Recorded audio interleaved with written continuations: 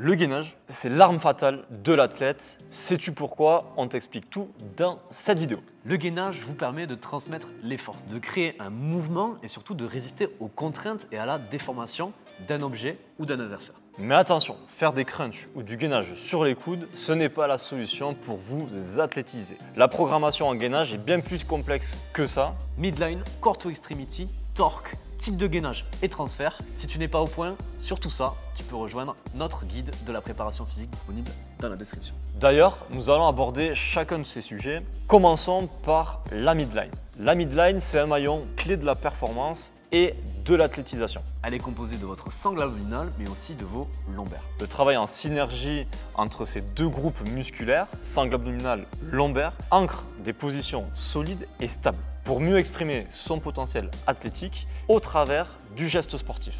Pour le concept suivant, les Américains parlent de core to extremity. Est-ce que tu es plus gainé que cette bouteille d'eau? Quand vous êtes gainé, rien ne peut vous déformer. Et vos forces se transfèrent plus efficacement vers les extrémités. En revanche, si tu n'es pas gainé comme une bouteille d'eau vide, alors tu vas te déformer. Comme l'a montré Mathieu, si t'es pas gainé, tu vas te faire écraser par ton adversaire, par ta barre d'haltéro ou par ton environnement.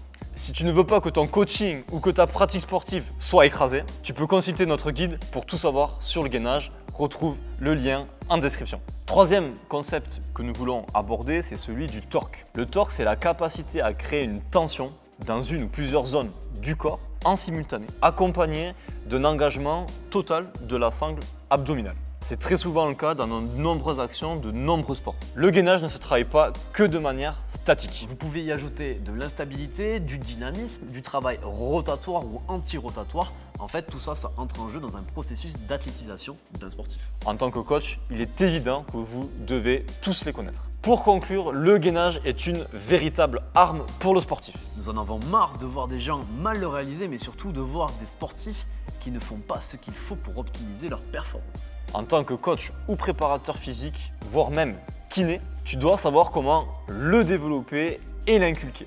Cette vidéo t'a plu et tu veux en savoir un peu plus sur la préparation physique, notre guide ATP Prépa Physique est disponible dans la description de cette vidéo.